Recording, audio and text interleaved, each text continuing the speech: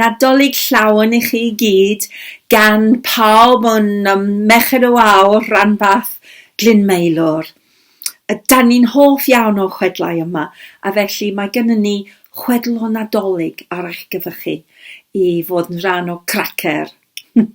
Siŵr bod pawb ledled y byd yn cyfarwydd â stori Beibl o enedigaeth Iesu Crist. Ond falle, da chi ddim yn gwybod bod mae rai chwedlau fel fath o llen gwerin fel petai sydd wedi ymgylchu o gwmpas y stori, a dyma un o ein hoff chwedlau i chi rwan. Wel, oedd hi yn nosau ar diwrnod cyntaf Nadolig y byd.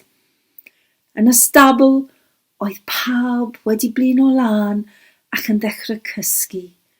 Oedd y baban Iesu Crist, baban aur, yn cysgu yn y breseb. Oedd y forwyn faer yn gorffwys yn breichiau Iosef ac ei llygaid nhw i gyd yn cae. Hyd yn oed yr asyn ar uwch yn y stalau yn cysgu hefyd.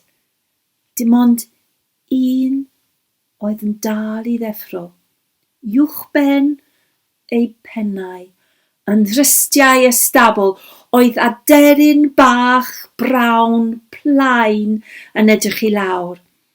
A be gwelodd hi? Wrth aeth pawb yn gysgu, oedd y tân oedd cyn hynny yn fflamau i gyd yn mynd i lawr ac yn dechrau diffodd. Ac oedd yr aderyn bach yn poeni am y baban, poeni a bydd y baban yn oeri yn ystod y noson hir Nadolig, noson hir y gaeaf. A felly, pan dyfynodd hi, aderyn bach fel yr oedd hi, i wneud ei gorau glas i cadw y baban yn gynnus. A felly, dyma hi yn hedfan i lawr a safodd ger y tân, reit ar aelwyd y tân, a dyma hi yn agor ei hadenydd a dechrau symud nhw, siglo nhw.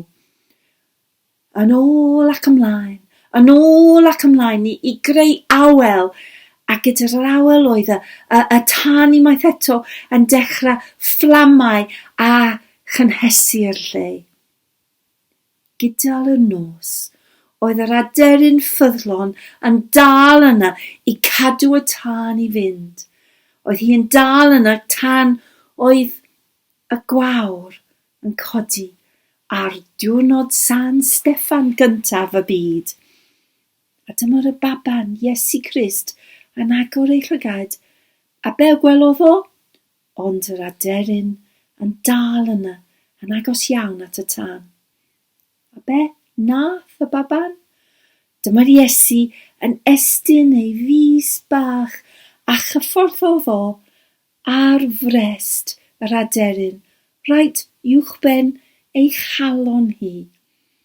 A dyma'r aderyn edrych lawr ac yn teimlo rhywbeth gynnes iawn yn lledanu o fys bach Iesu. A tra oedd hi yn edrych, gwelodd bod ei brest i gyd yn troi i fod yn goch. Ac ers hynny, mae'r aderyn bach dydy hi ddim bellach yn plaen. Y robin goch ydy hi, ein hoff aderyn y gaeaf. A dyma rwan, da chi gyd yn deall pam mae ganddo hi ei brest coch. Anreg, y dolig gyntaf o Iesu Crist, y baban sanctaidd ei hun iddi hi, i ddiolchu iddi hi am cadw fo'n gynnus gydal y nos. Dyma ein stori i chi. Gobeithio da chi gyd wedi mwynhau, ac Nadolig llawn i chi gyd gan nina rhanbarth Glyn Maelor. Hwyl fawr!